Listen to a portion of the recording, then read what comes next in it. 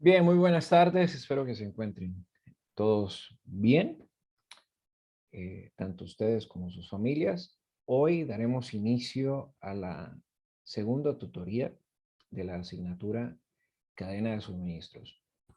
Hoy me tocará hacer un monólogo y espero que poder transmitirles de una manera adecuada lo que concierne a este segundo momento.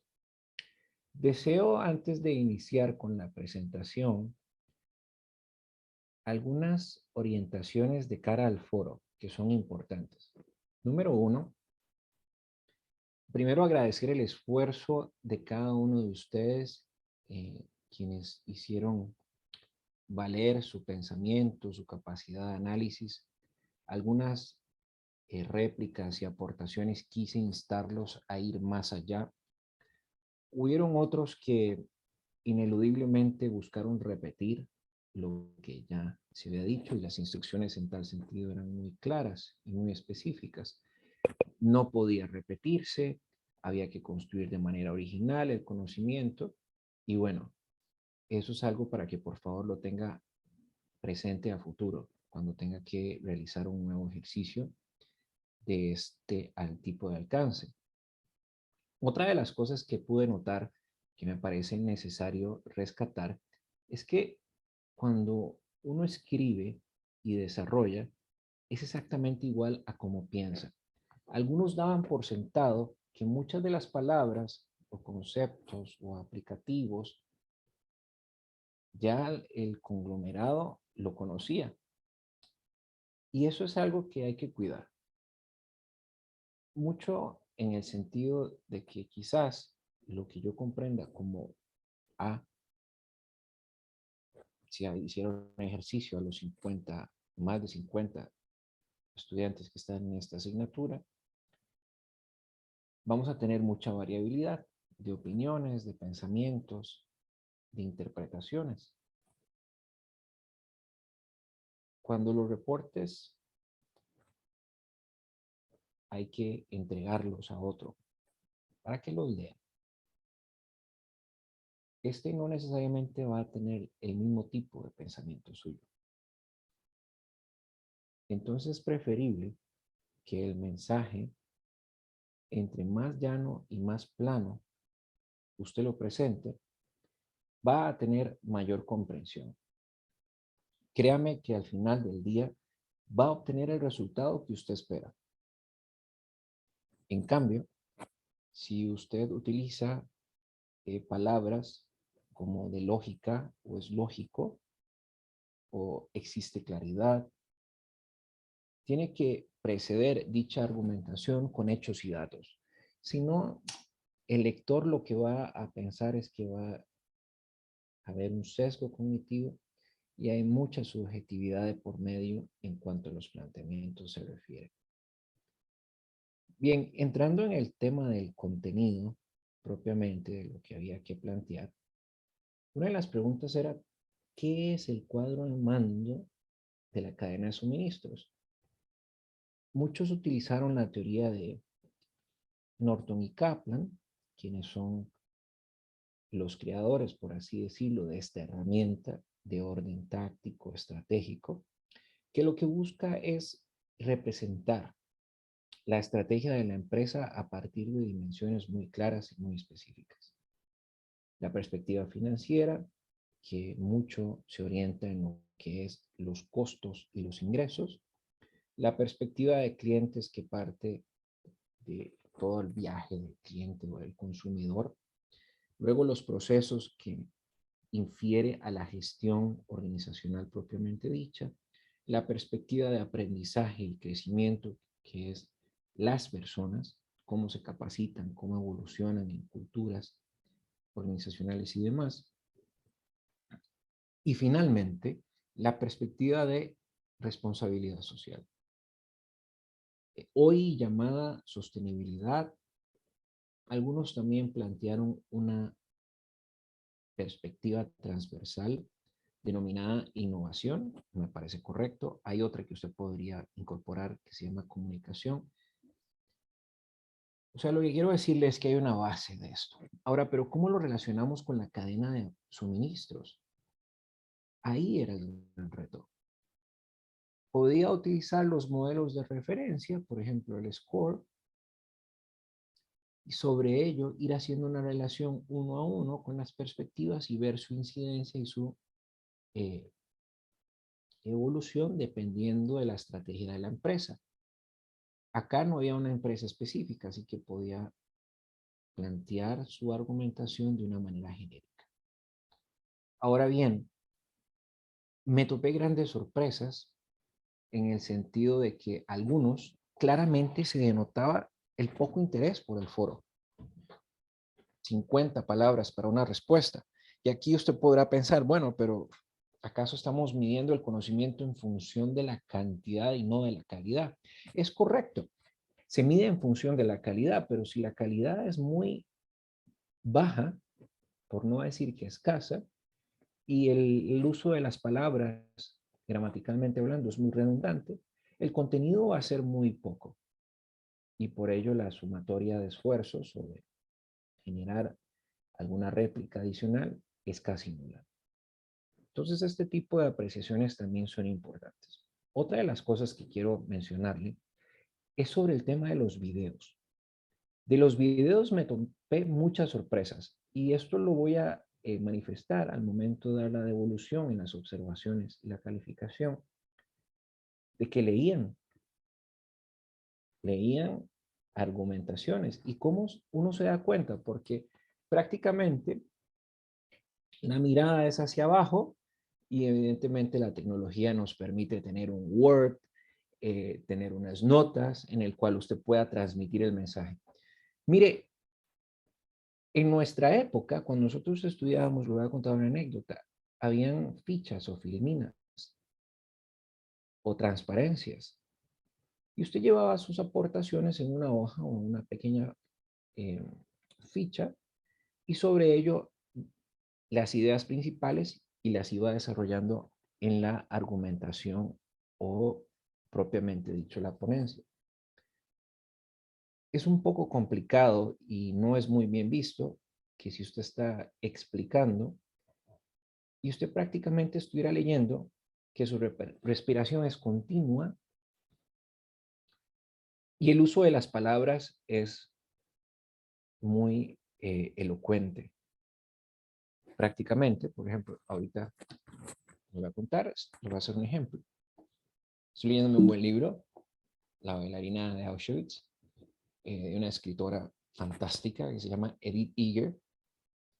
Y voy a hacer un ejemplo de lo que muchos hacían o hicieron en el video sin percatarse, pero a la hora de verlo, lo que recibe el usuario, en este caso mi persona, es lo siguiente. Voy a permitirme leer para que usted pueda ver con ejemplo y lo pueda tener presente a futuro y tener cuidado también. Recuerde que el uso de la tecnología, si bien es una ventaja, pero también hay que saberlo utilizar adecuadamente. Yo esperaría que usted haya podido escuchar detenidamente la primera tutoría y el mensaje que quise plasmar de que esta era una asignatura donde buscaba coadyuvarle a mejorar su pensamiento, su capacidad de análisis, su capacidad de construcción, usted me lo tome en serio. Y que no esté en función de buscar unos puntos o de ganar una nota. Eh, las notas las va a tener, pero yo estoy acá para ayudarle a mejorar su capacidad analítica y su capacidad de desarrollo. Pues si usted hace las cosas por hacerlas, bueno, yo no puedo obligarlo a que usted piense distinto o piense de manera eh, apropiada, porque cada uno tiene sus propias expectativas, como seres humanos que somos, y eso es muy respetable. Pero si usted está en la universidad es para aprender. Y así que permítame darle ese acompañamiento. Voy a darle un ejemplo de lo que vi. Se titula Las 4 preguntas. Dice así. Podría sintetizar toda mi vida en un momento, en una imagen. Es esta. 3 mujeres con abrigos de lana oscuros esperan cogidas del brazo en un patio desolado. están agotadas, tienen polvo en los zapatos, forman parte de una fila muy larga. Las tres mujeres son mi madre, mi hermana, Magda y yo. Es nuestro último momento juntas. No lo sabemos. No negamos a planteárnoslo, o estamos demasiado cansadas para especular siquiera sobre qué nos espera. Es un momento de separación, la de la madre de las tres hijas, la de la vida como había sido hasta entonces, de lo que vendría después. Y a pesar de todo, solo puedo darle ese significado en retrospectiva. Nos veo a las tres desde atrás, como si fuera la siguiente en la fila, porque la memoria me muestra la parte trasera de la cabeza de mi madre y no su cara. Su pelo largo está recogido en una elaborada trenza sujeta con un clip en la parte superior de la cabeza. Las ondas de color castaño claro de Magda le tocan los hombros. Mi pelo negro está embutido bajo una bufanda. Mi madre está de pie en el centro y Magda y yo nos inclinamos hacia adentro.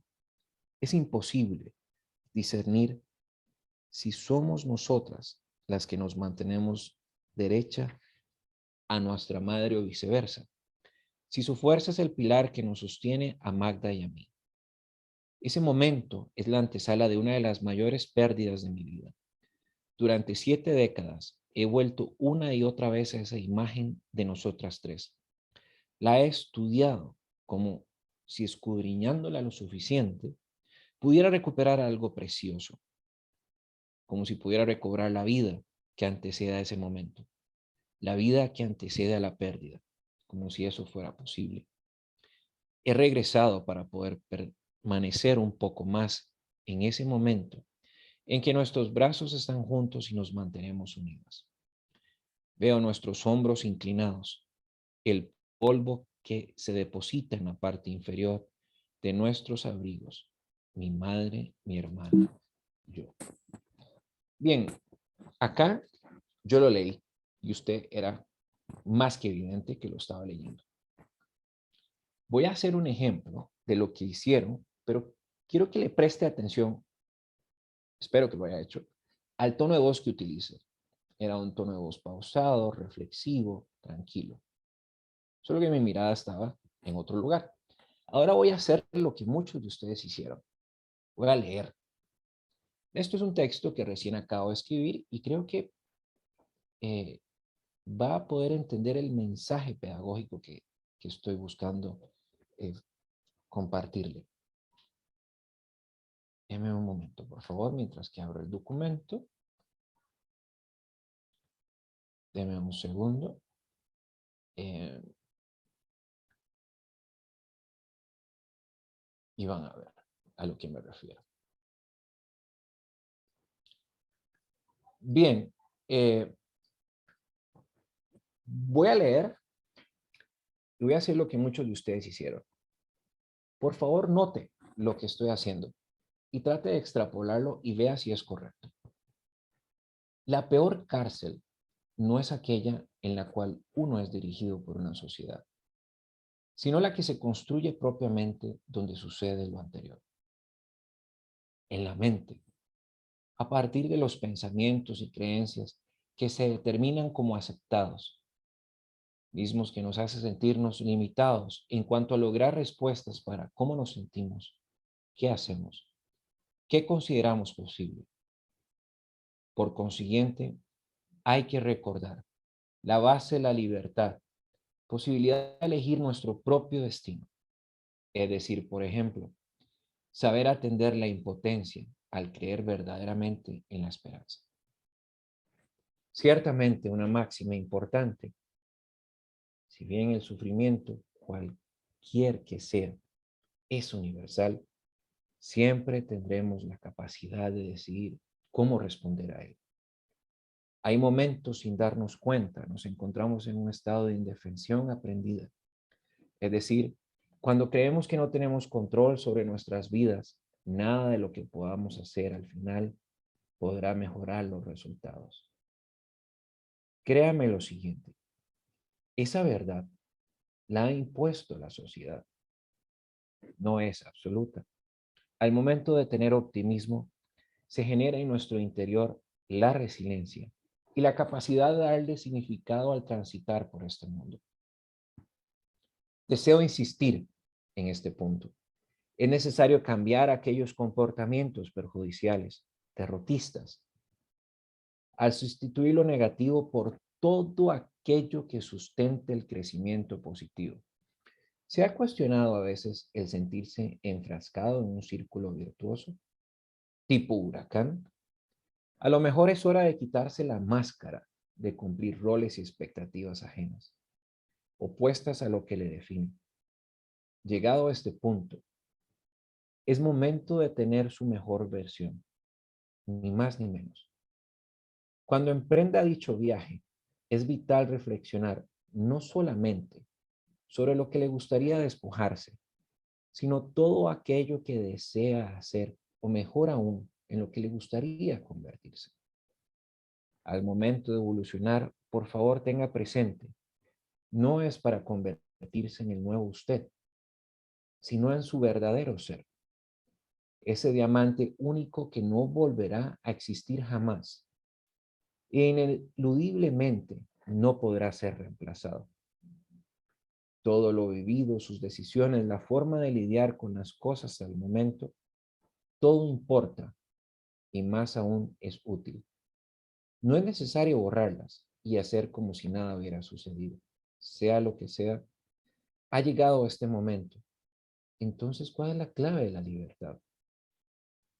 Continuar en la travesía de convertirse en la persona que está destinada a ser. Si no tiene la menor idea por dónde iniciar, quizá el abrir la puerta a sus sentimientos y sentarse a dialogar con ellos sea un buen comienzo. Este artículo se llama La clave de la libertad, autodeterminación. Yo espero que usted se haya logrado percatar de que en todo momento, mientras que estaba con usted, estaba leyendo. El ejemplo anterior, con un libro al frente, mi mirada abajo, un tono de voz pausado. Pero en este caso, probablemente usted pudo ver cómo tenía la mirada viendo, no hacia la cámara, como cuando uno está viendo a los ojos a una persona, sino más enfocado a leer. No use la tecnología como una excusa o un pretexto, o darle espacio a que el status quo de el no incomodarse, el no pensar, le ganen la partida. Usted está en una de las mejores universidades públicas de Centroamérica. ¿Sabe por qué lo creo? Porque usted es parte de ella. Y el claustro de profesores son altamente capacitados, al menos los que he llegado a conocer. Y estoy seguro que así son todos los demás también. Entonces, al mundo al que usted se dirige es más competitivo de lo que usted piensa. Y si sigue con prácticas que no son correctas, la tecnología va a estar siempre y llegó para quedarse. La virtualidad, el hecho de conversar en otro espacio, pero no pierda ese sentido de cercanía, de poder ver a los ojos a una persona. Y eso es a la cámara. En el tanto usted deje de hacerlo, usted no va a generar valor, confianza y seguridad en el mensaje que quería o desea transmitir. Si me he dado el momento de explicar todo esto, es por lo que he visto en estas dos actividades. Me hubiera gustado que algunos hubieran estado presentes para poder obtener sus comentarios. Pero si desea enviarme algún comentario, por favor escríbame por la plataforma y estaré más que gustoso en atenderlo. Bien, ahora vamos a entrar en materia y vamos a comenzar. Vamos a un momento.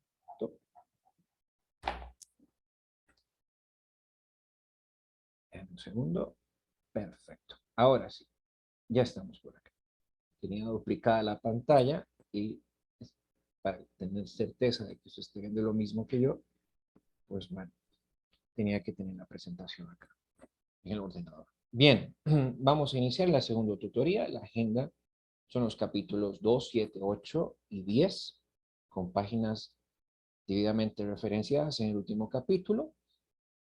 La guía de estudio en la parte 2. Vamos a entrar en la primera parte.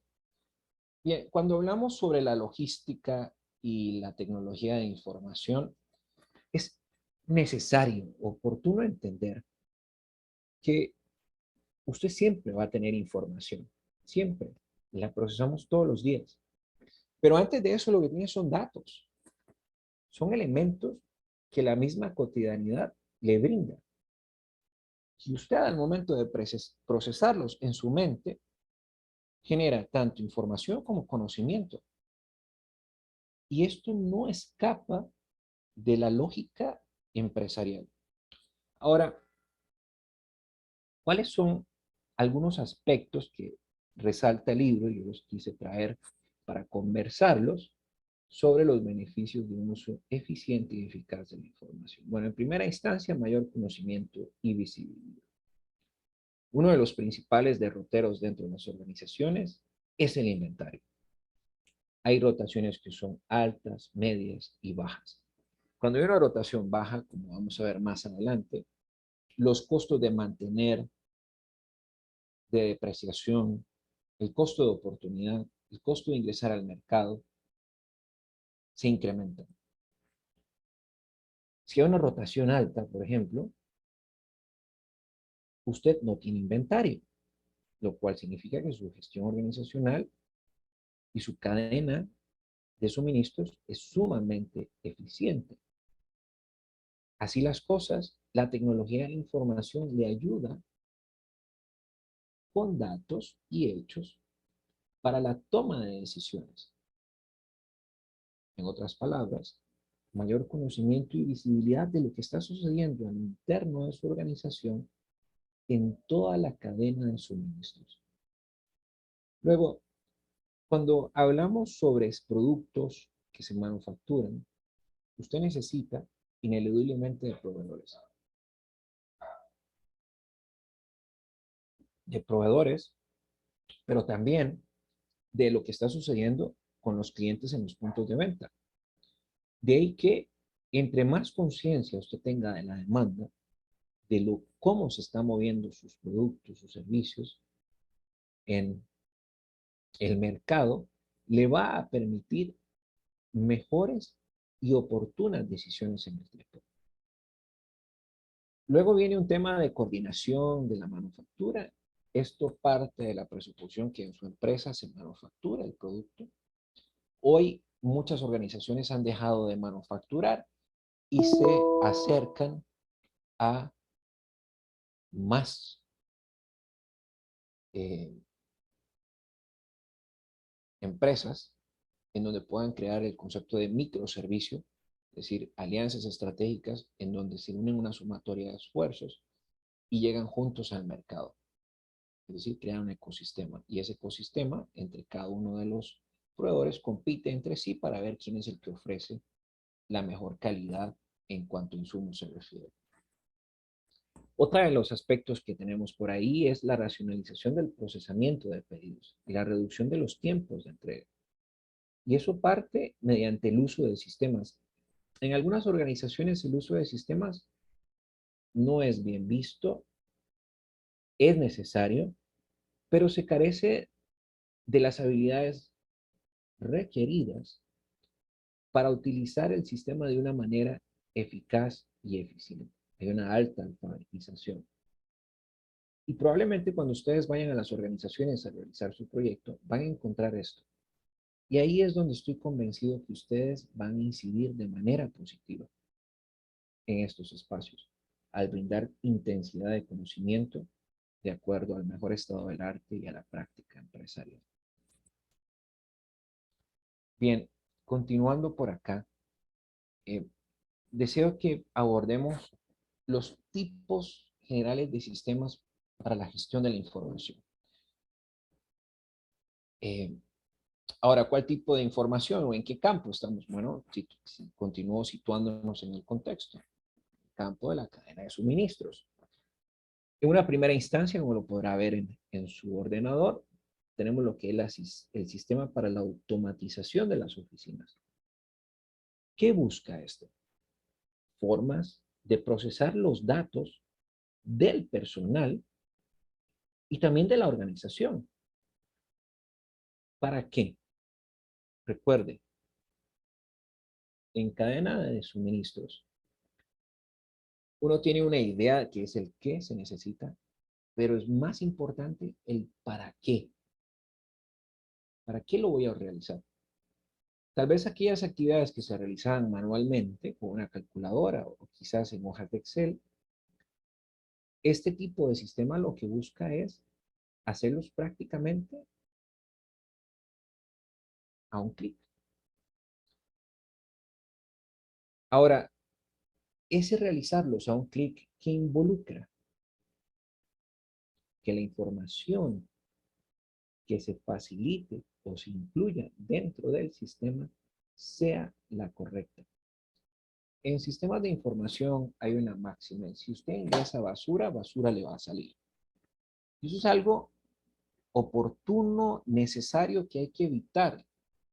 Y precisamente es oportuno entender también el tipo de datos, la forma de separar los datos y tener básicamente aquellos que son los medulares. Y estos tienen que estar en función de la estrategia de la organización. Para ello, el cuadro de mando integral facilita una guía inmejorable. O aquellos elementos o componentes clásicos del desarrollo de una estrategia que parten de los objetivos, las acciones, las metas, los indicadores y los proyectos, siendo estos últimos los que le dan vida a que las cosas sucedan dentro de una organización. Y usted dirá, pero ¿cómo sucede esto? Bueno, a partir de la conformación de equipos matriciales. Tenemos también lo que es un sistema de comunicación. Los sistemas de comunicación, cualquiera que sean, buscan el trabajo en equipo, pero el trabajo en equipo de manera virtual también. Un sistema de comunicación, para que usted se dé una idea, eh, como ejemplo, puede ser Teams.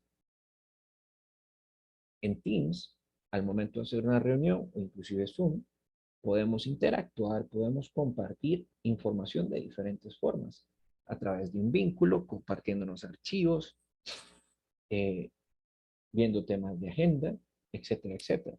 Y en logística pasa igual. Ahora bien, al ser el sistema eso, un sistema, y la logística, un proceso donde hay entradas, hay una conversión de esa entrada y hay una salida, ineludiblemente vamos a tener muchas transacciones. Hay sistemas de procesamiento enfocados a este tipo de actividades, es decir, hay una actividad y se ejecuta algo, mucho en el plano operativo de la organización, que también es importante saber qué sucede. Por ejemplo, la cantidad de pedidos que se toman, la cantidad de devoluciones, la cantidad de transportes, la compra de combustible, etcétera, etcétera. Esas son transacciones. Luego tenemos uno que para mí es muy importante, que ojalá usted pueda investigar y pueda profundizar por su cuenta, y es un sistema de información gerencial. ¿Y eso qué es? Todas las transacciones, todas las actividades que estén en el campo de una cadena de suministros, un sistema de información gerencial logra convertir esas transacciones en información estratégica que busca medir el desempeño de una propia cadena, por ejemplo, o un conjunto de actividades logísticas y ver su efecto dentro de la gestión organizacional. ¿Cómo se hace esto? Bueno, muchos de los que se proponen Utilizan el cuadro de mando integral y una serie de indicadores, los indicadores que refieren al cumplimiento de los objetivos, traducidos en términos de suministros, es decir, de una forma de asociarlos y ver cuál es el beneficio que tiene cada uno de las actividades o de las metas planteadas dentro de la propia estrategia de la empresa. Otro de los sistemas que hay es el sistema de soporte a las decisiones, importantísimo. El sistema de soporte a las decisiones mucho parte de modelos probabilísticos y lo que busca es facilidad para la toma de decisiones en tiempo real. Para ellos hay sistemas ya preconcebidos, nada más prácticamente es trajes a la medida que se compran y se utilizan. Hay otros que son muy específicos, que se elaboran con particularidades eh, muy afín a la organización. Esos por lo general tienen un costo mayor y son importantes. Pero bueno, no hay una única verdad en estos sistemas. Siempre he creído que la tecnología es necesaria, más la capacitación y el conocimiento de las personas es fundamental, porque al final del día son estos los que van a manipular los diferentes sistemas que tengan y proveer de la información necesaria, pero el proveer la información necesaria no garantiza la toma de decisión. ¿A qué me refiero? Que siempre debe existir una persona que traduzca esa información y logre definir caminos a tomar ante diferentes situaciones que se presentan. Luego, están los sistemas empresariales donde muchos se ven como repositorios de bases de datos, de clientes, de proveedores, de consumo de productos, movimientos, rotaciones, y tienen diferentes funciones. Acá no podría puntualizar las funciones específicas por cuanto están diseñados a la medida de la gestión de la empresa que los adquiera. Pero podríamos hablar de actividades básicas, la planificación, el diseño, el transporte, etcétera, etcétera. Hay una tendencia muy importante en este tipo de sistemas, a lo cual están migrando las organizaciones para el presente siglo, y es convertirlas en empresas centradas en datos. Cada empresa es un banco de datos, lo que pasa es que no saben cómo procesarlos o utilizarlos de una manera correcta. Y ahí es donde muchos han buscado cómo liderar el futuro en el sentido de aprender a utilizar todos estos datos, traducirlas en información y que esta información pueda incidir de manera positiva en el norte de la organización. Eso no sucede de la noche a la mañana. Hay una curva de aprendizaje importante y de rendimiento que tiene que eh, necesariamente cumplirse, pero tampoco es imposible. Bien, vamos a continuar. Ahora hablaré someramente. Todo esto usted lo puede revisar en el libro. Como siempre lo he manifestado, la riqueza de las tutorías está en la participación de los estudiantes. Bueno, en este caso no fue posible tenerla, pero de nuevo, por favor, siéntase en total apertura para escribir por la plataforma y con gusto en cualquier duda. Si bien hay algunos cálculos que se realizan, pero mucho de aritmética básica, otros de uso de una fórmula y simple y sencillamente con los datos que se le muestran, reemplazar esos datos según las variables presentes. Utilizar una tutoría para explicar eso creo que no tiene mucho sentido. Mejor enfocarla a entender la base teórica y cómo usted utiliza la teoría más el cálculo numérico para la toma de decisiones. Y ese cálculo numérico usted lo pueda realizar en sus momentos de espacios libres que tenga.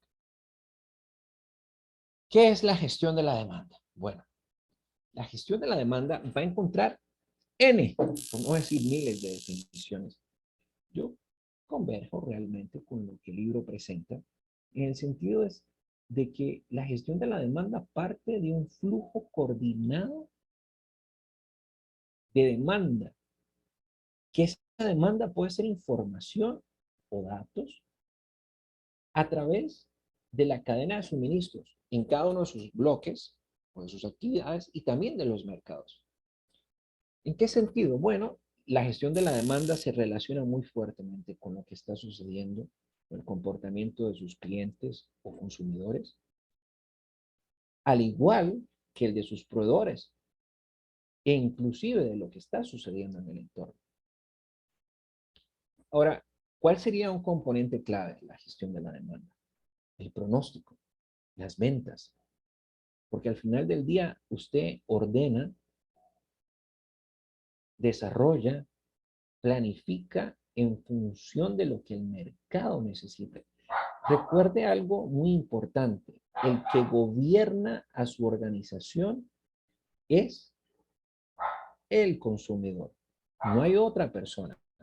No es lo que su organización crea que es correcto, sino lo que el cliente o el consumidor necesite. Me disculpo por mi perro, pero hasta ahora en el lugar donde vivimos salen sus amigos y él ladra para saludarlos. Bueno, continuamos. Eh, Ahora usted dirá, bueno, un pronóstico es una situación, un dato numérico que puede suceder a partir de una serie de hipótesis. Efectivamente, efectivamente,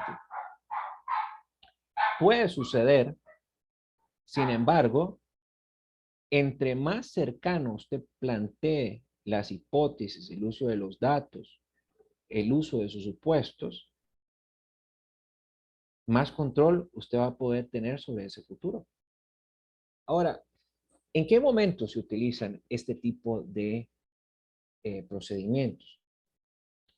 Fabricación contra inventarios, en una línea de producción, en algunos momentos usted va a necesitar materia prima, insumos. De ahí que el pronóstico de la demanda o los componentes o las hipótesis que usted utilice van a ser fundamentales para que cuando el insumo sea requerido dentro de esta línea de producción, usted lo tenga a tiempo y el proceso pueda fluir de manera correcta y llegar al cliente cuando le corresponda. Otro momento que también es utilizado es la fabricación por pedido. Hablamos de fabricación contra inventario antes de recibir el pedido del cliente. Ahora, fabricación por pedido es que usted fabrica o produce contra lo que el cliente realmente ya pagó o ya solicitó. Entonces, en ese sentido, hay algo muy importante eh, de plantear y es que usted puede recibir los productos eh, o puede plantear el uso del pronóstico luego de que el cliente haya establecido lo necesario. Ahora, uno puede pensar, bueno, el cliente es mejor así o es mejor que sea antes del que el cliente coloque el pedido, dependiendo del giro de negocio. Cualquiera de los dos son oportunos. Ahora, en épocas de recesión, también es considerado necesario tener un stock mínimo de inventario del producto terminado para satisfacer la demanda del cliente en el tiempo.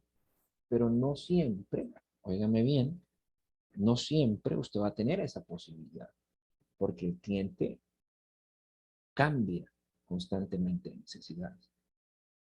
Bueno, quisiera hacer un momento de pausa para darle la bienvenida a Mónica. Hola Mónica, ¿cómo le va?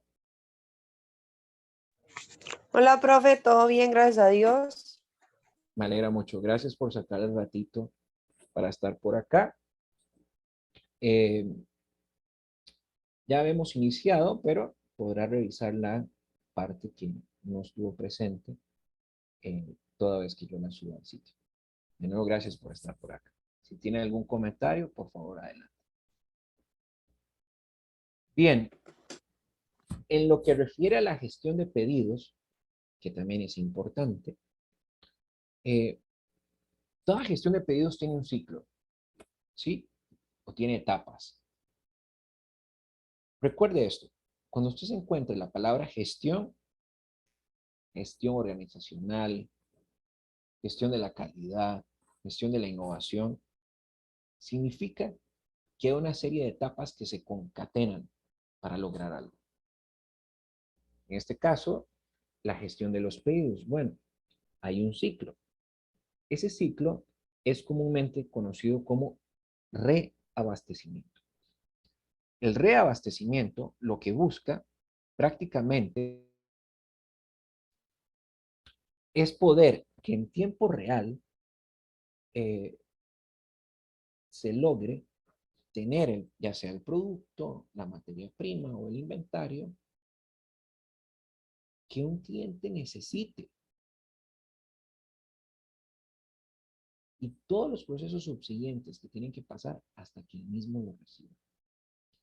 Ahora, hay un vínculo crítico entre la gestión de los pedidos y la demanda. La empresa no puede limitarse hasta que lleguen los pedidos. Y aquí, en el libro, cuando usted lo lea, va a encontrar la respuesta, pero intuitivamente uno se pone a pensar, bueno, ¿qué hacer?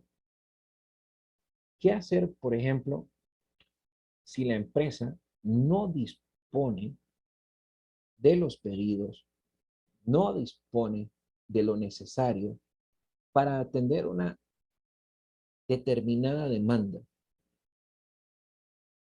Primero, debió haber planificado. Significa que tiene una oportunidad en términos de planificación.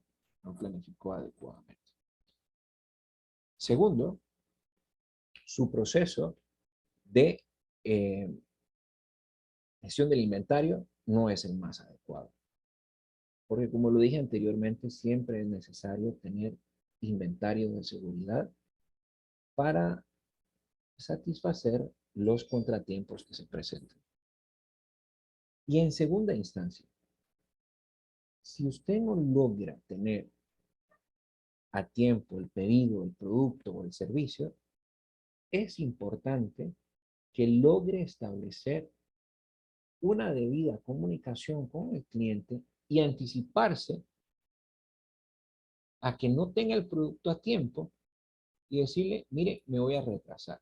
Y eso los clientes hoy en día lo valoran, porque genera confianza. Ahora, otra de las cosas que uno ve por ahí es la gestión de pedidos y el servicio al cliente. ¿Cuál es la relación? Yo lo que estoy diciendo, si usted mantiene una buena relación con las personas que le compran, con sus consumidores, y si el pedido por A, B, C o Z circunstancias no llega a tiempo, entre más informados que lo tenga y le manifieste las situaciones que ha pasado, este lo va a entender. Ahora, hay empresas que utilizan estrategias de fidelización, manifestándoles que, bueno, a futuro tendrá un tipo de descuento, tendrá algún tipo de beneficio, para que el cliente sienta que también el hecho de que el producto no esté a tiempo haya un sentido de retribución y un sentido de valor, en donde se reconozca la importancia que tiene el producto para el cliente y bueno, pues también hay un beneficio del lado.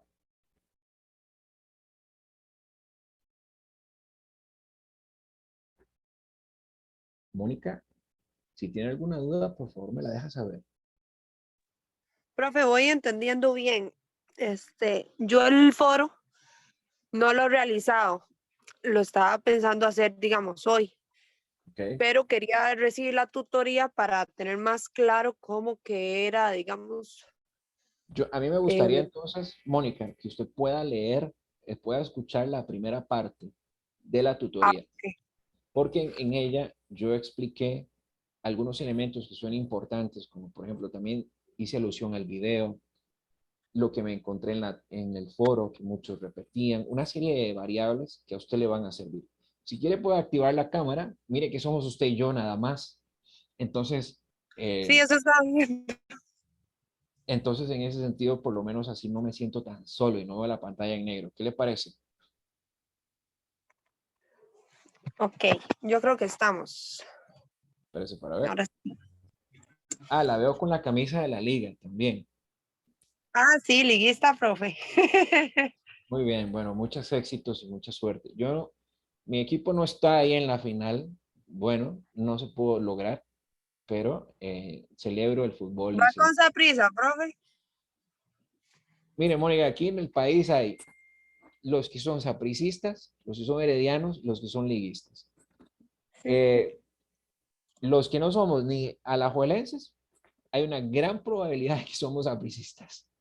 Pero hoy yo creo que el país es más Cartago que liguista. Pero bueno, Profe, esperemos. yo soy liguista y le soy sincera, me gustaría que gane Heredia, Cartago, porque son muchos años que ellos no tienen, o sea, no tienen eso.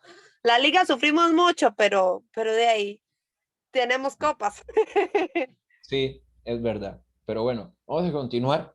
Ahora, el tema de las consideraciones en la gestión de pedidos es importante. Mire, a veces uno tiende a analizar el ciclo en términos totales. Por ejemplo, lo que me costó el punto de reorden, lo que me costó traer el producto, lo que me dijo el cliente.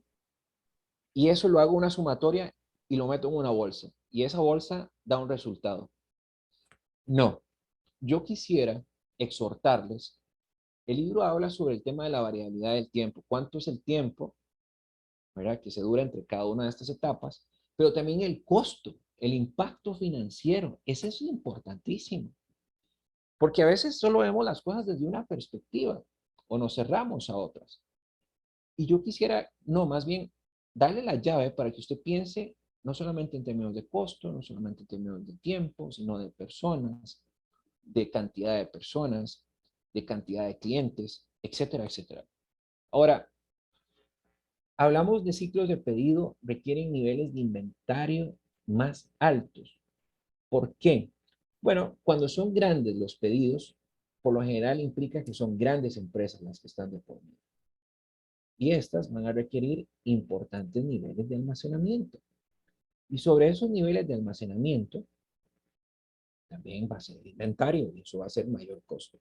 Ahora, eh, aquí hay que tener cuidado porque usted puede pedir mucho inventario, pero hoy el mundo tiene un poder adquisitivo en lo que son las empresas y las personas. Son los principales tomadores de decisión en una economía con baja capacidad adquisitiva, es decir, con baja capacidad de pagar. Entonces yo, dependiendo del giro de negocio, recomendaría entender cómo se está moviendo mi consumidor. Óigame bien, no estoy hablando del cliente, mi consumidor, y sobre ello tomar decisiones. Pero no tomar una misma decisión para todos los mercados y las industrias porque cada una de ellas se mueve diferente. Ahora, la gestión de los pedidos, como lo explicaba anteriormente, con el uso de los sistemas de información, ha cambiado muchísimo. Algunas veces para bien y para mal. Pero recuerden que el sistema no garantiza el éxito en la gestión del pedido. Lo que garantiza el éxito es la información que se utilice para la toma de decisiones subsecuentes, no antes. Porque si la información que usted ingresa al sistema es errónea, los resultados que usted pueda obtener no van a ser los mejores. Bien, vamos a continuar. El ciclo de pedidos. Bueno, empezamos con el primero, la transmisión del pedido. Ahora, refiere, desde que el cliente hace el pedido hasta que el vendedor lo recibe. Ahí puede suceder muchas cosas. Muchas cosas que a veces el sistema mismo no lo detecta. Precisamente por eso viene una exhortativa importante, central, de interés, y es el hecho de que usted pueda tener claridad de todos los procesos que están implícitos en cada una de estas etapas, en la transmisión, en lo que usted puede hacer, por ejemplo, en el procesamiento del pedido. Vea que refiere al tiempo que transcurre desde que el vendedor recibe el pedido hasta que una ubicación adecuada es autorizada para surtir el mismo. Es decir, hasta que se puede identificar un almacén, si es propio, si es alquilado, y la forma de transportarlo y cómo se va a transportar. O sea, todo eso hay que considerarlo, no solamente en términos de tiempo. Después viene la parte de la recolección y el ensamble o el alisto del mismo. Y es todo lo que sucede en el lugar autorizado, en el almacén. Es decir, de que el pedido esté en óptimas condiciones, de que esté debidamente empacado, de que esté debidamente embalado, hasta que es ubicado en el transporte para, óigame bien, para poder llevarlo al destino. Seguidamente está lo que es la entrega del pedido. Vamos a ver. Ya sale del almacén, está en el carro, está en el vehículo, cualquiera que sea, o la forma de transporte. Y ese lo lleva hasta que el cliente lo necesite. Eh, hay una gestión de riesgos de por medio, el transporte puede fallar. ¿Qué pasa si eso falla? El tiempo puede ser que disminuya, o si por ejemplo, el camión se queda varado, ¿qué sucede? Entonces hay una serie de aspectos que no solamente están en función del tiempo, si bien el tiempo puede alargarse, puede dilatarse o puede reducirse, pero lo que quiero decirle es con esto es que el ciclo de pedidos no solamente está en función del tiempo transcurrido, sino de otras actividades que pueden suceder. Muchas el libro no las menciona, estas yo se las hago eh, visibles a partir de la experiencia en el campo. Y bueno, también me parece oportuno que los considere. Vamos a seguir. El servicio al cliente. Vean, el servicio al cliente necesario, central, poco comprendido. No todos saben lo que es un cliente. ¿Y por qué digo esto? Porque no lo tratan como tal. He escuchado algunas empresas o en algunos lugares donde se dice, bueno, le vamos a hacer el favor de ayudarle. Eso no es bien visto, porque al final del día el cliente paga por el servicio. Usted no está haciendo un favor como empresa. Y ese tipo de palabras, mensajes, lo que hacen es que dañan la imagen organizacional. Entonces, vea la definición que el libro hace, yo la traigo, la voy a permitir leerla. Dice sobre el servicio al cliente, la capacidad de la gestión logística para satisfacer a los usuarios en términos de confianza, de tiempo, confianza, comunicación y conveniencia. Vea qué interesante las variables que se presentan acá. Tiempo, un factor trascendental, necesario, poco entendido. A veces las organizaciones duran el tiempo que se requiere. Otras empresas o clientes lo que hacen es que firman acuerdos de niveles de servicio. Si usted no me da el producto en el tiempo que yo lo requiero y el costo lo que yo requiero, tiene una penalización para usted si hay un incumplimiento. Está el término de la confianza. La confianza que decíamos ahora, ¿cómo ganarla si el pedido se va a retrasar? Bueno, avísele al cliente que se va a retrasar.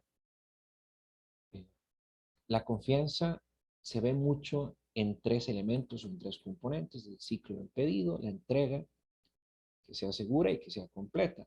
¿Por qué se dice que sea segura? Bueno, porque a veces se envían por transportes no en buenas condiciones o en un buen mantenimiento. Y por lo general estos están destinados a vararse, derraparse, como en algunos camiones sucede, o en algunos trailers pasa, que van a altas velocidades, o hay una conducción no deseada, o las llantas del tren, perdón, del camión o del tráiler están en muy mal estado. Si fuera en tren, los rieles no son los correctos. Entonces hay una serie de incidencias. Otro de los aspectos es de la comunicación. ¿Cómo incidir en una comunicación positiva? Entre más usted le cuente al cliente dónde está su pedido, mejor. En el momento en que el cliente tenga que ir a preguntarle a usted en dónde está el pedido, hay algo que usted ha dejado de hacer. Y es estar cerca. Y en el tema de la conveniencia, bueno, la capacidad que tenga el vendedor o la empresa, o ambos, de hacer negocios. ¿Hacer negocios con quién? Con el cliente. Bueno, y demostrar de la capacidad que se tiene para cumplir conforme lo que se requiere. Recuerde que la cadena de suministros en el campo específico de la gestión logística es un brazo, es una parte, pero no es el todo. Pero es muy importante. Como lo vimos en la primera tutoría, hay una cadena de valor, hay una logística de entrada, hay una logística de proceso y una logística de salida. Si esas tres partes no están debidamente sincronizadas, es muy probable que su relación con el cliente no sea la mejor. O inclusive, me atrevo a decir que lo que va a tener en vez de un matrimonio, va a tener un claro divorcio sobre estos temas.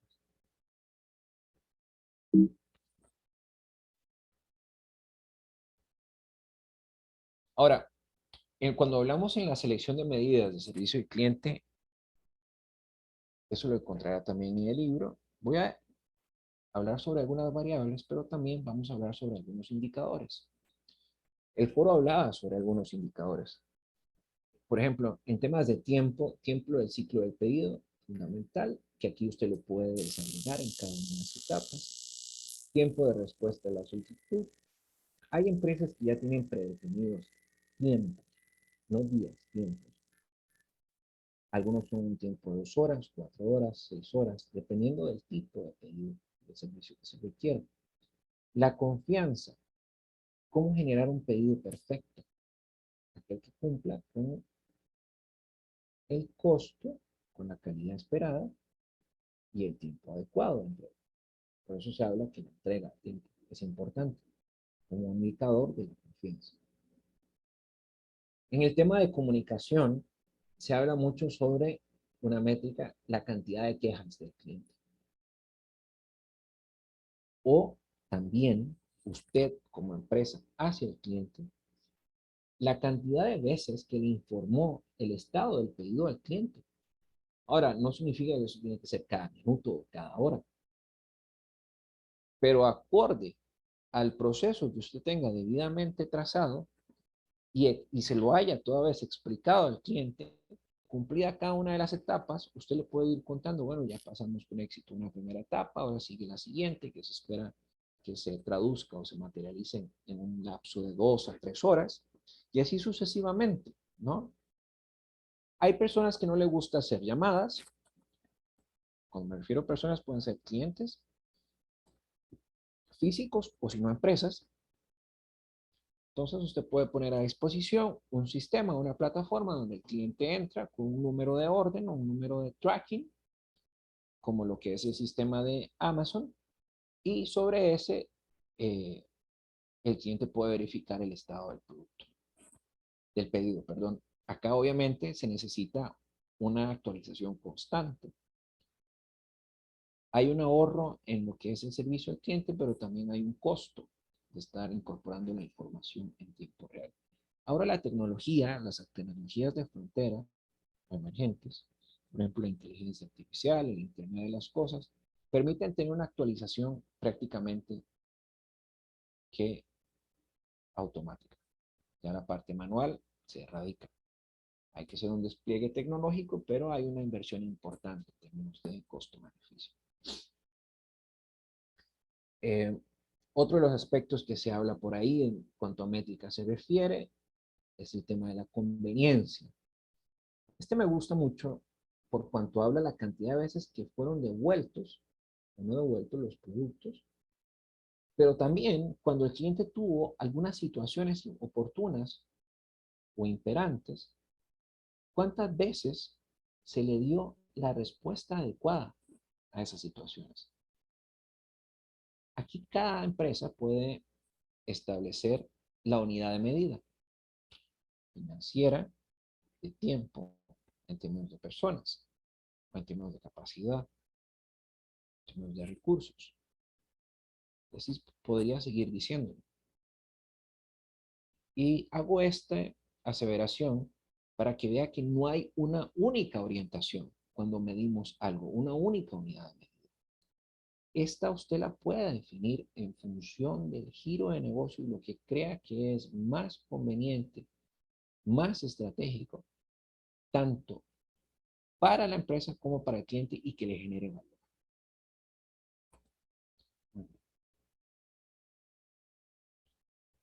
Viene otra parte que para mí es importantísima y es la administración del inventario, lo que les decía antes. Cuando hablamos de la administración del inventario, es la cantidad de existencias de productos y materiales que se mantienen. ¿Se mantienen para qué propósito? Bueno, para el que sea en función de la empresa. Cuando hablamos de inventario, tenemos existencias de ciclo, que son todas aquellas que son en función de la demanda diaria, normal, habitual, durante los ciclos de pedido que usted tenga. También están las existencias de seguridad. Es como aquel inventario de respaldo que usted pueda tener ante situaciones fuera de control. Comúnmente se le llaman incertidumbre. También está aquel tipo de existencias de línea o en tránsito. Y es ese inventario que está dispuesto para el sistema logístico, ya sea la planta, el almacén o la tienda. Eh, Ahora, me parece que es importante hacer hincapié. Cuando hablamos de existencias de línea o en tránsito, es que va a tener diferentes locaciones, pero al tener diferentes eh, espacios demográficos, ya sea dentro de una misma, dentro de un mismo terreno o dentro de una misma demografía, hay actividades de transporte, hay actividades de mantenimiento, hay actividades de capacidad, espacio físico. Entonces, eh, hay que tener mucho cuidado con este tipo de existencias, porque no se trata de pasar de un lado para otro de manera descontrolada, o como cuando uno juega ping-pong, que la bola va y viene. No, tiene claridad que si va a darle a la bola, por ejemplo, es con un objetivo claro y para que logre un resultado claro, siempre en beneficio de la gestión organizacional. En el momento en que eso implique más costos para usted, a menos que sea por un alto volumen de demanda, no hay justificación alguna para hacerlo. Tenemos las existencias especulativas. Eh, Hay momentos que son estacionales en el año, donde meses que son muy claros que se van a mantener eh,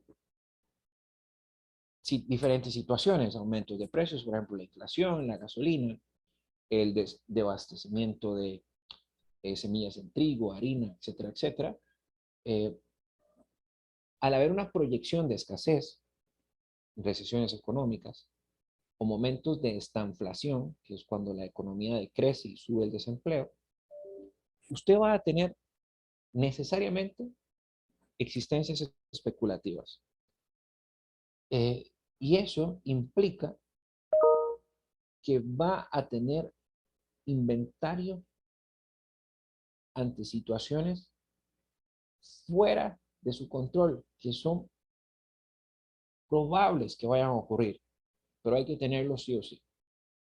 Puede ser un porcentaje reducido, en el tanto usted tenga control de la cadena de suministros y tenga claridad de sus proveedores, en el tiempo de reabastecer y llegar a los niveles óptimos según sus posibilidades financieras como organización.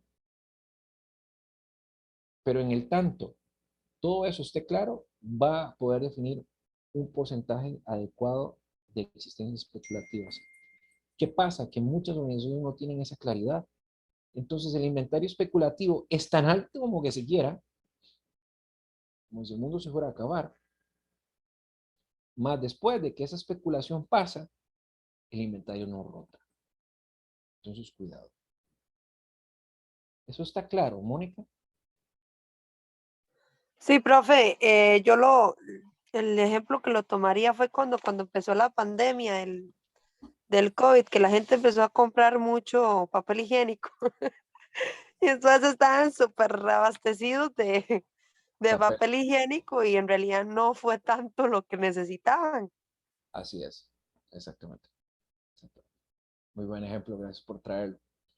Ahora, hay algunos elementos asociados al inventario, ya los he indicado, los voy a volver a retomar. El inventario tiene un costo de manejarlo, de pasarlo de un lado, por ejemplo, de una tarima a otra. Eh, si hay que darle mantenimiento a una tarima, eso tiene un costo que incide dentro del inventario, que al final usted no puede subir el precio porque ya hay un precio por almacenar. También hay costos del pedido, que son los que se refieren a ordenar y a la preparación, y los costos de desabastecimiento. ¿Qué significa? Que cuando usted no tiene inventario, por ejemplo, con lo que sucedió con el alcohol, que Fanal empezó a producir alcohol, solo 1000 unidades, y las 1000 unidades se iban casi como en 3 minutos de haberse habilitado la plataforma, por la cantidad de compras que se hacían, ¿no? ¿Qué sucedió en ese momento? Bueno, Fanal no lo podía desarrollar o satisfacer la demanda que hubo en ese momento. Entonces las tiendas de conveniencia empezaron a limitar la cantidad de alcohol que usted se podía llevar para minimizar el impacto de desabastecimiento. En el tema de la rotación de los inventarios, que para mí es un elemento central también, está, si tengo una alta rotación, todo está muy bien, porque el costo de mantener, de seguridad y demás es muy bajo, y una rotación media, entiéndase una rotación media de al menos 90 días, eso hay un costo implícito, pero si tiene una baja rotación, aparte del costo asociado, el producto que usted esté almacenando pierde validez y su ciclo de vida se acelera y por lo tanto el producto deja de ser necesario. Más si son componentes tecnológicos, por ejemplo, más si son alimentos perecederos. Entonces también hay que tener cuidado en el uso, en el almacenamiento, en la rotación. Pero ¿y la rotación de qué depende? Bueno, de la planificación fundamental, de los pronósticos que usted vaya a realizar. Aquí, ¿qué me han preguntado? Bueno, ¿cuál es un pronóstico adecuado? Aquel que se acerque a la realidad. ¿Cuál realidad? La que usted logre fundamentar. La realidad de Mónica no va a ser la realidad mía. Mire que ella es liguista, yo soy sapricista. Y en las organizaciones sucede igual. La forma de pedir, el inventario, la cantidad de pedir, eso se lo dice no a la empresa, sino el comportamiento del cliente. Y ahí que es importantísimo estar muy de cerca con él, viendo qué es lo que necesita y qué también ha dejado de necesitar. Continuamos. En los tipos de almacenamiento, bueno, hay almacenamiento público que no requiere inversión de capital por parte del usuario, simple y sencillamente usted llega y alquila el espacio. Acá en Costa Rica vemos que hay muchas bodegas pequeñas con metros cuadrados relativamente pocos para almacenar, yo le llamo chunches o tiliches, ¿no? Eh, Luego también está el almacenamiento privado, que mucho de este es propiedad de la empresa. Eso tiene un costo, claro que tiene un costo, y incide en los estados de resultados y en el balance general, claro que incide. Pero hay organizaciones que por el volumen de inventario lo necesitan. tener. Muchas que son de índole tecnológico, aunque algunas ya han ido migrando a almacenamientos públicos o almacenamientos por contrato, que ese también es muy utilizado, donde hay un arreglo a largo plazo y hay un espacio específico, un almacén específico que solamente para una empresa X, con características muy particulares, donde el que me alquila el espacio y yo como usuario, siendo una empresa, asumimos los riesgos. ¿Cuál es mejor? El que se adapte más a su organización, a su mercado, a las necesidades de su cliente, pero sobre todo aquel que le genere ventaja competitiva.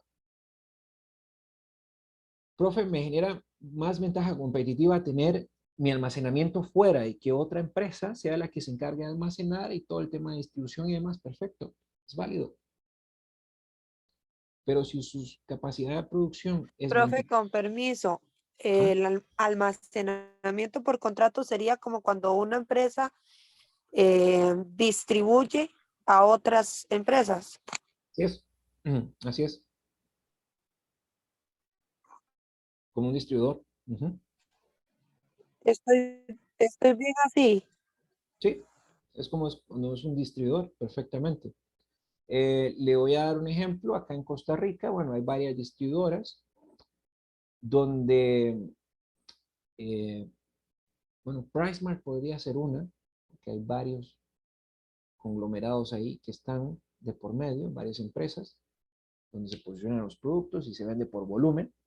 PriceMart al final es un almacenamiento, es una bodega donde usted va a comprar. ¿Por qué digo que es una bodega?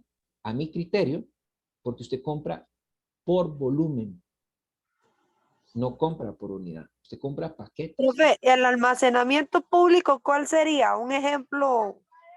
Es que yo, yo siempre todo lo relaciono con, digamos, con ejemplos. Entonces, el público no me queda bien claro. El privado siento como que es la empresa, eh, como la IREX, que la IREX hace producto y lo vende él también.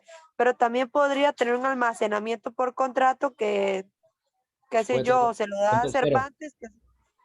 ¿Cómo? un tercero, exactamente, se lo da a otro para que se lo almacene y se lo distribuya. Un, Ajá. un almacenamiento público, por ejemplo, eh, bueno, le voy a dar uno, el más común, el más típico. Cuando usted trae un producto de cualquier país, llega a un almacén fiscal, ¿verdad? Donde ese almacén fiscal, hay una agencia aduanal que hace todos los procesos y todos los trámites aduaneros para que usted pueda retirar el producto. Ese almacén fiscal es almacenamiento público. ¿Quién invirtió ahí? En algunos, otro, un tercero, el Estado, por ejemplo, eh, un banco, y usted simple y sencillamente paga. Correos Costa Rica podría entrar en el del público, Correos, ¿por qué? A ver, dime por qué. Porque Correos lo que hace es que distribuye. pero también recibe de otros países, Ah, ¿no? muy bien, pero te refieres a los paquetes, los paquetes pequeñitos que uno compra, ¿no? Ajá. Como por así decirlo, Productos de Chain o... sí, o de Amazon, por ejemplo. Yo tuve una Ajá. cuenta de Amazon, pero no es correos, es CR Box. Ojo ahí, Ah, ok. porque ve que ellos utilizan un tercero para la gestión logística. Porque la génesis de Correos de Costa Rica, ¿cuál es, Mónica? ¿Por qué fue creado Correos de Costa Rica? Ay, Bueno, profe, lo ignoro. me va a contar para llevar correos, las cartas. Luego lo que hizo fue que se reinventó. Se reinventó su modelo de operación logística.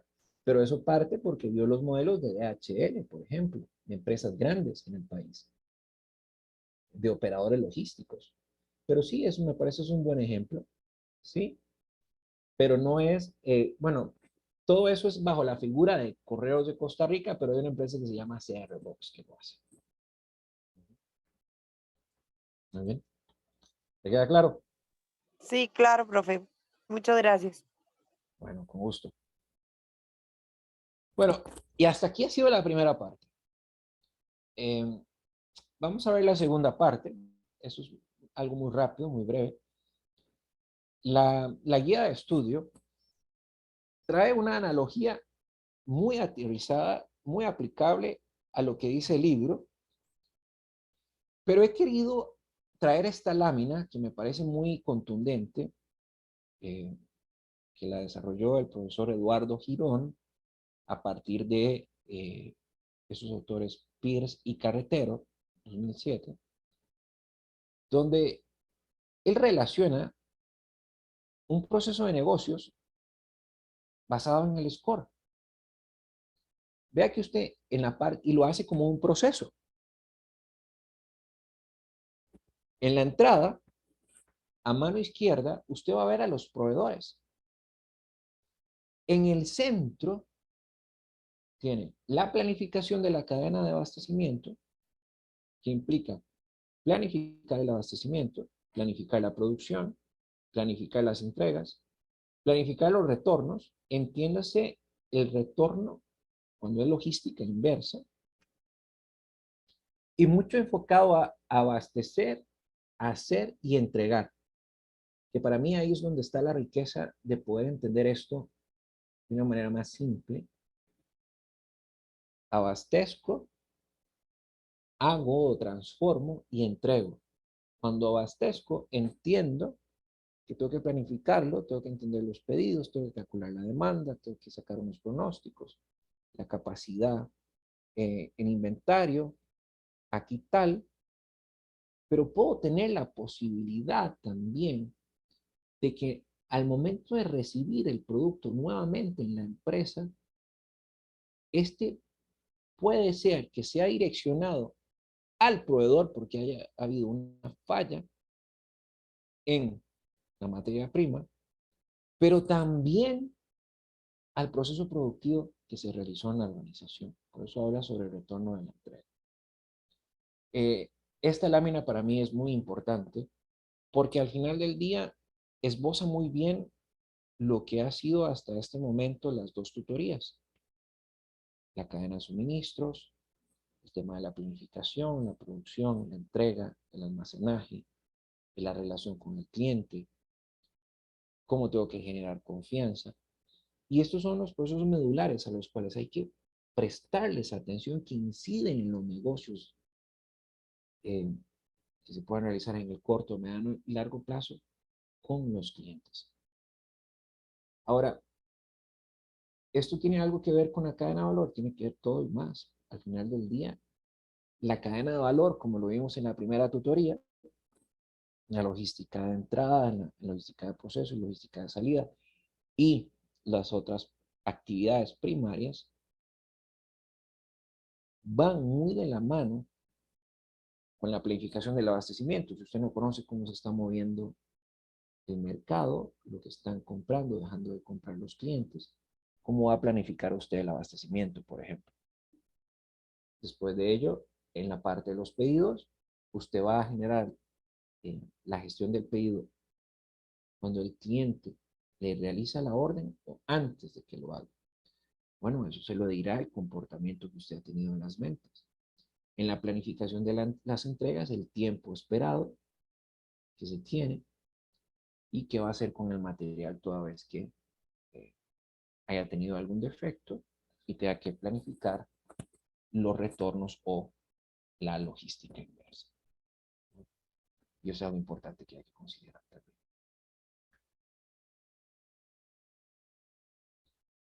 Bueno, ¿alguna duda? Mónica, ya que estás por acá. No, profe. ¿Todo bien? Todo bien. Bueno, eh, muchas gracias por haber estado un ratito acá conmigo. Siempre es bueno no estar solo en las tutorías. Y a usted, querido o querida estudiante, por favor, si tiene alguna duda, repito, no duden en escribir por la plataforma. Y de igual modo, ojalá que logre tomar en consideración las sugerencias que le brindé para su crecimiento profesional en lo que es el desarrollo de un foro y también lo que es el video. Y bueno, les estaré muy atento en la plataforma y nos veremos en la tercera tutoría. Profe, Sí, que ahora que habló de eso, es que yo no pude estar al principio de la tutoría porque según yo empezaba a las 6, pero seguro fue que era a las 5 y se me dificultó. No, no sé por qué me conecté, según yo empezaba a las 6, pero me conecté tarde. El video nosotros ya lo hicimos, ya lo entregamos, lo que nos falta solo, bueno, a mí en lo personal, el foro. No lo he hecho, o sea, sí he investigado y todo, pero no se me ha hecho ¿qué le puedo decir? No entiendo, no sé si es que yo soy más, ¿cómo se dice? De leer, subrayar y entonces así adquiero conocimiento y esos conceptos me parece que no los he visto en el libro, entonces no, como que estoy un poco complicada.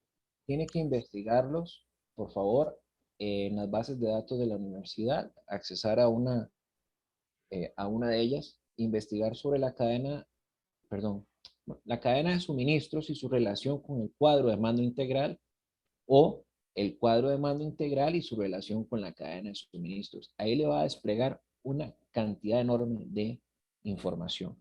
El tema de las métricas lo acabamos de ver, entonces creo que podrá utilizar algunos ejemplos de lo que acabo de explicar. Pero más allá de eso, yo lo que quiero, y aprovechando esa pregunta que usted me hace, resaltar y reiterar lo que dije al inicio. No copie lo mismo que dijo otro. Profe, Cuénteme, pero uno como, perdón, uno cuénteme. como estudiante, cuando uno va a escribir, el foro no le permite a uno ver las respuestas de los demás. Me han hecho esas observaciones, tengo que revisar eso. Vieras que eso no lo he visto que sea tan así, Mónica, y lo voy a decir por qué, porque varios han replicado sobre otras observaciones. Eh, si le aparece eso, por favor mándeme un screenshot, tome una Ajá. foto y me lo manda por la plataforma para consultar a tecnologías de información qué es lo que está sucediendo. Pero lo que le quería decir, Mónica, y que dado que usted me está haciendo hincapié en esto, y me parece central su pregunta, no copie lo que otro ya dijo. Vea que usted me lo decía, profesor, yo entiendo más con un ejemplo. Explíqueme lo que usted entiende con un ejemplo. Entonces, lo que pasa es que en el foro muchos copiaban o parafraseaban lo que otro ya dijo, o lo que un autor en una revista dijo. Eso a uno como profesor le limita poder ayudarle a usted a que pueda construir adecuadamente el conocimiento, a que pueda desarrollarlo. Eh, de ahí que yo esperaré subir este video dentro de una hora, mientras que dura descargarse y procesarse y demás, para que usted pueda ver los primeros minutos de la tutoría. Yo hago un Sí. espacio, saco un espacio ahí para hablar del video y el foro. En el video, por ejemplo, me pasó que muchos leían. Se ve cuando leen, se ve. Y te voy a decir Profe, por pero qué. es porque le voy a explicar a usted ahora que yo estoy así, que como que tenemos más chance de que uno pueda expresar, porque, por ejemplo, un Recuerde video, que estamos grabando la tutoría nada más, ¿no? Nada sí, más para que... Ajá, sí, cuéntame. en el video, digamos, tenemos chance de explicar ay, se me olvidó la palabra esa, los KPIs, ¿cómo es Los, como? los KPI. Los KPI, ok, los KPI y después las métricas, pero para uno explicar las métricas, qué sé yo investigué sobre almacenamiento, entonces y lo aplicaba con la empresa, pero a la hora de que yo llegar y decirle a usted eh, que, qué sé yo, una métrica o que se tiene en la empresa es un sistema de notas de cuando el producto es enviado a, al, ¿cómo se llama? Se me olvida el nombre, a la pulpería y se vence el producto. Entonces, ellos tienen chance de devolver el producto en unos 3 meses, antes de esos 3 meses a que se venza el producto. Entonces, es la única manera de poder tener la devolución, por así decirlo, del producto para enviarlo a la otra empresa. No sé si me está entendiendo bien o si me estoy explicando bien. Pues la verdad no mucho, pero yo quiero darle a entender lo siguiente. Yo hice un ejemplo pedagógico ¿Ok? con un libro del tono y mi expresión corporal al momento de leer. O sea, leí un capítulo de un libro, bueno, una línea de un libro muy interesante, eh, para que vieran, para que pudieran verse y reflejarse, que como cuando uno lee, y cuando uno lee también de manera virtual. Es que es muy evidente, Mónica. Uno como profesor lo sabe y se ve muchísimo. Entonces, como que usted me estuviera hablando, pero usted me está leyendo. Entonces, ¿qué le voy a calificar? Que usted me lea. Yo no necesito que usted me lea, porque significa que si usted lee, significa que no entendió bien el ejercicio o no lo hizo adecuadamente. Hay una serie de factores que uno puede pensar. Ahora, les decía también y les exhortaba, por lo menos en mi caso, yo no sé si usted pudo ver la primera tutoría, pero por lo menos en mi caso, soy del tipo de profesor que le gusta sacarle lo mejor al estudiante, que los hace pensar, que los hace analizar. Eh, Lo saca de confort, exacto. Y porque eso, uno, y sí, eso, y eso implica muchísimo el hecho de que si usted está haciendo un trabajo por ganarse unos puntos, la vida no es por ganarse puntos. Usted no va a ir a no, competir el día de mañana, cuando salga de la universidad, usted no compite por ganar puntos. Miren, me formé casi por 24 años en mi vida. Terminé con mis estudios doctorales. Y lo que he logrado, si usted me dice, ¿qué aprendí con eso? Todo hace tanto tiempo de estudiar, le voy a decir qué aprendí. Uno aprende que al final del día a usted lo van a contratar por la capacidad de pensamiento y de análisis que usted tenga, no por los títulos. Entonces, y no por las notas, sino por la capacidad que usted tenga de aportarle a la empresa, por la capacidad de generar valor. Y ese valor se genera pensando, analizando.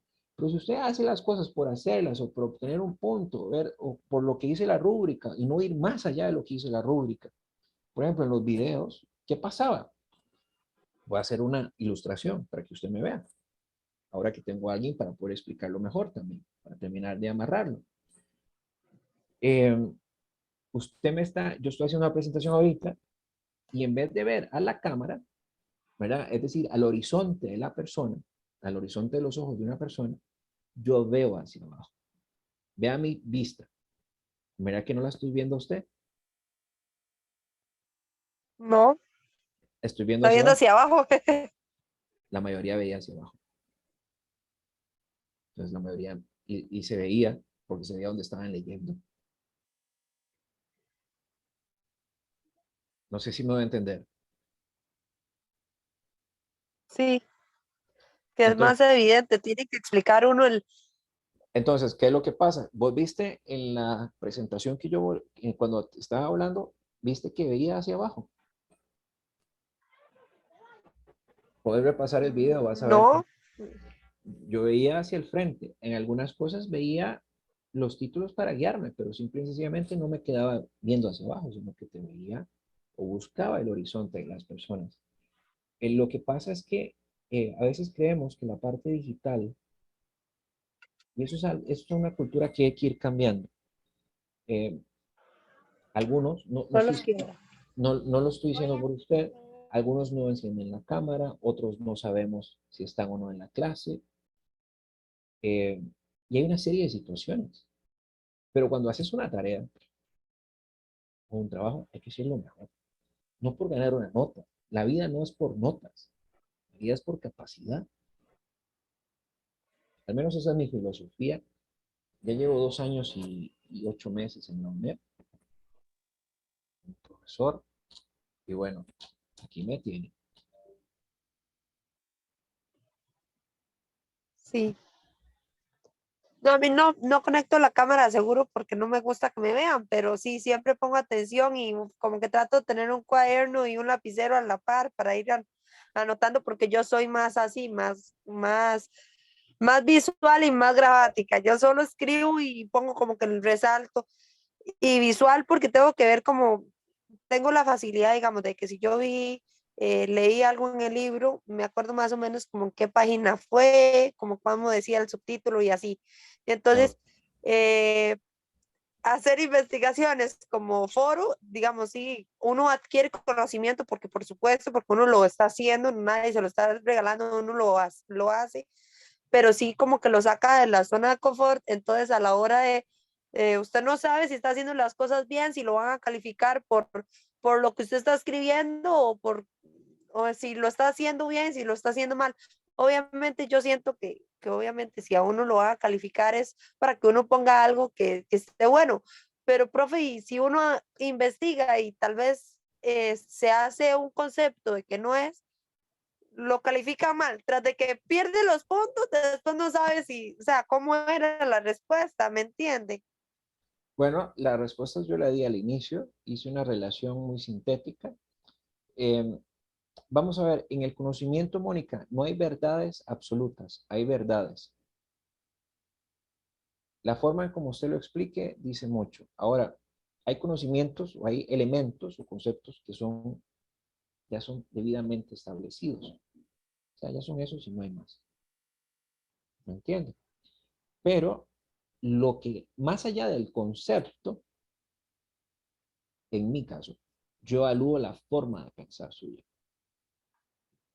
¿Qué pasa en el foro y en los videos? ¿Qué evaluamos ahí? Por lo menos que evalúo yo.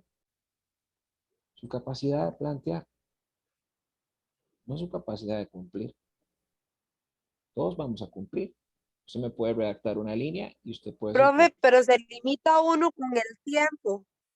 Pero es que ahí es usted lo acaba de decir, porque a veces, yo he sido estudiante muchos años, ¿verdad?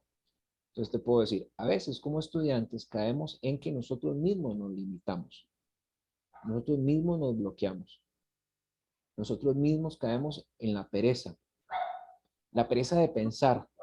Hoy uno de los principales problemas en el mundo, y ha sido así connotado por el Banco Mundial y el Foro Económico Mundial, es los estudiantes están perdiendo la capacidad de pensar, porque están intoxicados de una gran cantidad de información por todo lado. Entonces, ya no es necesario pensar.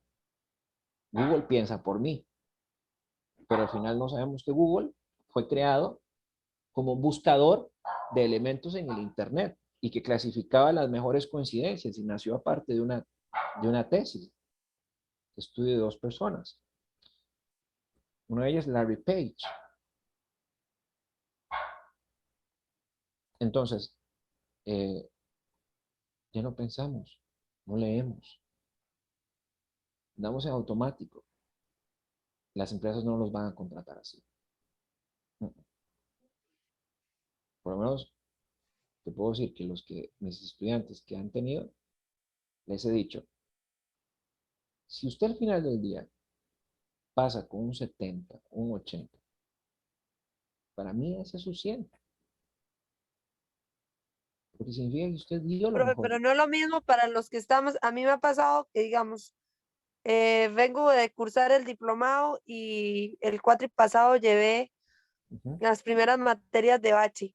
ujú. Profe, y fue un centonazo. O sea, yo llevaba buenas notas y, y llegué a bachi y como que sentí como que fue un bajonazo porque lo califican a uno totalmente diferente. Claro, uno como estudiante entiende de que lo están formando. Entonces, y ya digamos, el bachi siento que es como más general, el diplomado siento que es más general, el bachillerato es como más a lo que usted se va a dedicar, entonces como que es más diferente.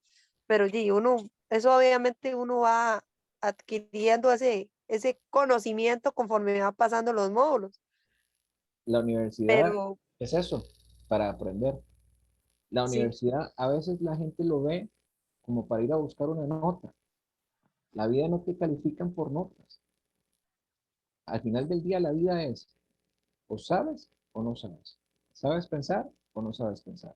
No por una nota. La nota es una referencia.